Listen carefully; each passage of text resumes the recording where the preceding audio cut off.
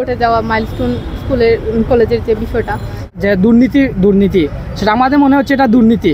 জানতে চাই যে আসলে প্রকৃত সংখ্যা গোপন করার কারণ কি? ওখানে যে বিস্ফোরণের হতাহতের ঘটনা ঘটেছে বা এত বড় একটা কি হয়েছে, আমাদের আজকে স্বাধীনতা স্কোয়াডের পক্ষ থেকে আমরা তাদের জন্য একটি দোয়া মাহফিলের আয়োজন করেছিলাম।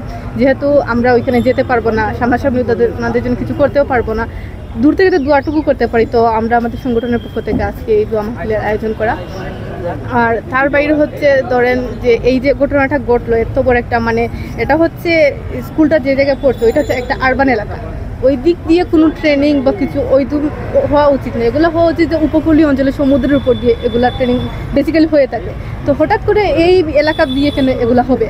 আর এটা আগে কি চিন্তা করা হয় নাই যে এটা ঘটনা ঘটতে পারে বা এরকম হয় মাঝে মাঝে প্লেন ক্রাশ হয় ট্রেনিংয়ের সময়? তো এটা আগে থেকেই তো কি রাখা উচিত ছিল, এভাবে একটা আরবান এলাকার উপর দিয়ে এটা ঠিক হয় নাই। আর হচ্ছে গিয়ে চেঙ্গতা এই বিমানটা যেটা ব্যক্তিগত বা ইঞ্জিনগত সব কিছু ঠিক আছে কিনা, এটা পরিদর্শন করা হয়েছে কিনা, এটারও কোনো গ্যারান্টি নাই। তো এগুলার দিক দিয়ে এগুলো তদন্ত করা উচিত। তারপর আমরা দেখলাম যে লাশের সংখ্যাটা গোপন করা হচ্ছে। আমরা অনেক যারা বাবা মারা বলছেন, অনেক বাবা মা যারা তাদের সন্তান হারাইছেন বা যারা উদ্ধার কাজ করছেন, অনেকে বলতেছেন যে কেউ বলছে আমরা তো 20 জন এরকম উদ্ধার করছি, অনেক সংখ্যা। কিন্তু আমরা যখন ওনারা যেটা পাবলিশ করলেন যে 22 জন বা 30 জন এরকম নাকি হয়েছে। একটা স্কুল, এত বড় একটা স্কুলে পুরা বিল্ডিং নষ্ট হয়ে গেছে, এখানে 20 জন আর 30 জন স্টুডেন্ট মারা যাবে, এটা কোনো কথা? পুরা বিল্ডিং যে জায়গায় ছাই হয়ে গেছে, কিছু স্টুডেন্ট বাচ্চা, তাদের অবস্থাও কি আশঙ্কাজনক আমরা জানি। আর যারা কি হয়েছে, অর্ধেক স্টুডেন্টই তো ভিতরে ছিল, সবাইকে উদ্ধার করা যায়নি।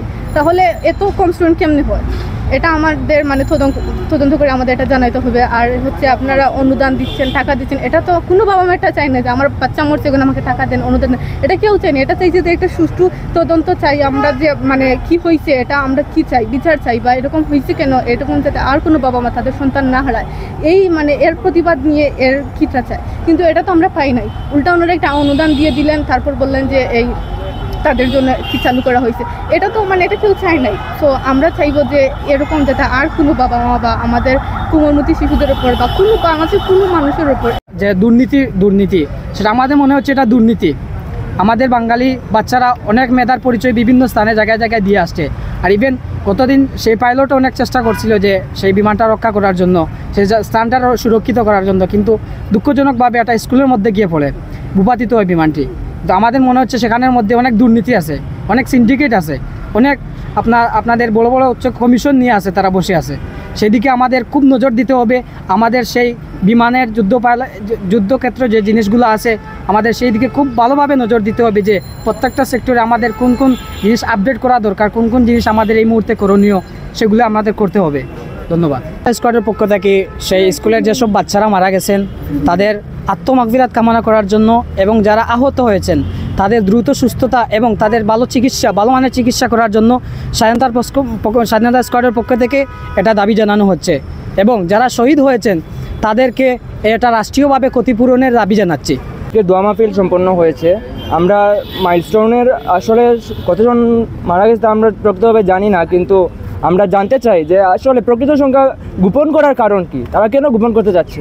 এটা তো পূর্বে হতো, পূর্বে যখন মানুষ মারা যেত বা কোনো দুর্ঘটনা ঘটতো আওয়ামী আমলে এটা হতো, কিন্তু আমরা দুঃশাসনের পতন করে এখন আমরা নতুন বাংলাদেশে কেন এটা আবার ধামাচাপা দেওয়া হবে? কেন সাধারণ পাবলিককে সেনাবাহিনী মারবে? আমরা সেনাবাহিনীকে আমাদের আদর্শ মনে করি, আমাদের গর্ব মনে করি, কিন্তু সেই সেনাবাহিনী কেন পাবলিকের উপরে হাত তুলবে এবং স্টুডেন্ট এবং শিক্ষার্থীদের কেন আক্রমণ করবে সেনাবাহিনী? তাদের কোনো অধিকার নেই। তারা গিয়েছিল ছাত্রছাত্রীদের উদ্ধার করার জন্য এবং সেনাবাহিনী সেখানে উদ্ধার কার্যক্রম পরিচালিত করছিল, বিমান বাহিনীরাও ছিল, পাবলিকও গিয়েছিল এখানে উদ্ধার করতে, সাংবাদিক মহলও ছিলেন, অনেক ক্যামেরাম্যানও এখানে ছিলেন, আমরা সব কিছু দেখেছি। আমাদের একটাই প্রশ্ন যে সেনাবাহিনী কিসের জন্য পাবলিকের উপরে এবং শিক্ষার্থীদের উপরে যারা উদ্ধার করতে গিয়েছিল তাদের কেন আক্রমণ করবে? আমরা আমাদের নতুন বাংলাদেশে এটা কখনোই ডিজার্ভ করি না।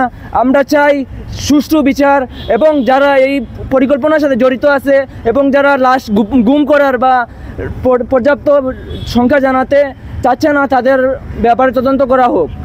ধন্যবাদ।